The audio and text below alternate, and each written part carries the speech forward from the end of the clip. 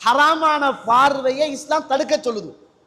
தேவையில்லாத இப்படிப்பட்ட வீணான நேர காலத்தில் நம்முடைய பார்வைகளை செலுத்தக்கூடாது என்று இஸ்லாம் சொல்லுது. ஆனால் செலுத்திட்டோம்னு வைங்க, இப்ப கண்ணால் அந்த பாவத்தை பார்த்த அரசன் அவருடைய மனைவி தன்னை அலங்கரிச்சு கொண்டு யூசுஃபின் மீது ஆசைப்பட்டு கதவுகளை மூடி அவரை திறத்திட்டு போய் சட்டையை பிடிச்சு இழுத்து இவ்வளவு பெரிய அநியாயமும் நடக்கிறதுக்கு காரணமாக இருந்தது இறைவன் தடுத்த நம்மட பார்வையில ஒரு சின்ன பாவம். என்ன பாவம்? அந்நிய பெண்களை பார்க்க கூடாது, அந்நிய ஆண்களை பார்க்க கூடாது என்ற அந்த பாவத்தை செய்தார். அதனால தான் வளர்த்த பிள்ளை என்றும் பார்க்காமல் அந்த பிள்ளையோடு தகாத உறவில் ஈடுபடுவதற்கு எத்தனித்த வரலாறு அல் குர்ஆன் சொல்லுகிற வரலாறு. நம்மட பார்வையில ஒரு சின்ன பாவம். இன்னைக்கு ஃபேஸ்புக்ல பார்க்கிறோமே, யூடியூப்ல பார்க்கிறோமே, வாட்ஸ்அப்ல பார்க்கிறோமே, சின்ன சின்ன ஷோல் இல்லாத மாற்று மத உறவுகளுடைய போட்டோக்கள், ஆட்டங்கள், டான்ஸுகள், இது நம்மளை எவ்வளவு தூரத்துக்கு கொண்டு போகும் தெரியுமா? நம்ம வீணான நேரம் என்று தான் பார்க்கிறோம். இல்லை, நம்மட சுவர்க்கத்தையே வீணாக்குற அளவுக்கு மிகப்பெரிய ஆபத்தான பாவம்.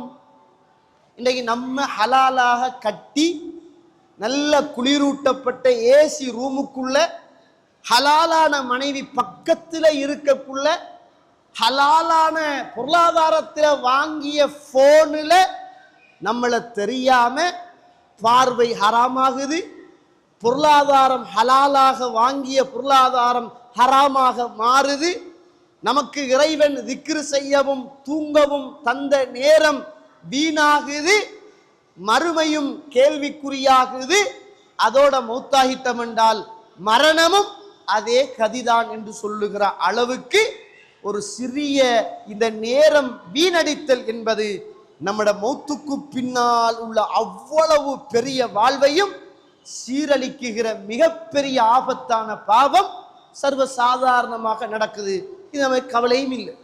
நமக்கு ஷுவர் தானே, காலையில் எழும்பினா இன்ஷா அல்லாஹ் அதே ஃபேஸ்புக், அதே வாட்ஸ்அப், அதே யூடியூப், அதே கூகுள், நாளைக்கு இன்ஷா அல்லாஹ்.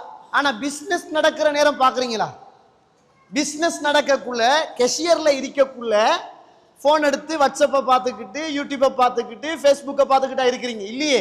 ஏ காசு அந்த நேரத்தில் மிஸ் பண்ணினா காசு வராது. வீட்டுக்குள்ள அது ஃப்ரீ. அந்த நேரத்தை வேஸ்ட் பண்ணலாம், அந்த நேரத்தை வேஸ்ட் பண்ணக்கூடாது. அல்லாஹ் அக்பர். நம்ம எல்லாம் விரும்பியோ வெறுத்தோ நமக்கு பின்னால ஒரு குழியை தோண்டி கொண்டிருக்கிறோம் என்பதை மறந்துடக்கூடாது. அதான் ரசூலுல்லாஹ் சொன்னாங்க, உங்களுக்கு ஒரு நாள் இந்த உலகத்துல ஹயாத்து போயிடும், மௌத்து வந்துடும். அந்த மௌத்து வருவதற்கு முன்னர் இந்த ஹயாத்தை நீங்க நல்ல முறையில பயன்படுத்தி கொள்ள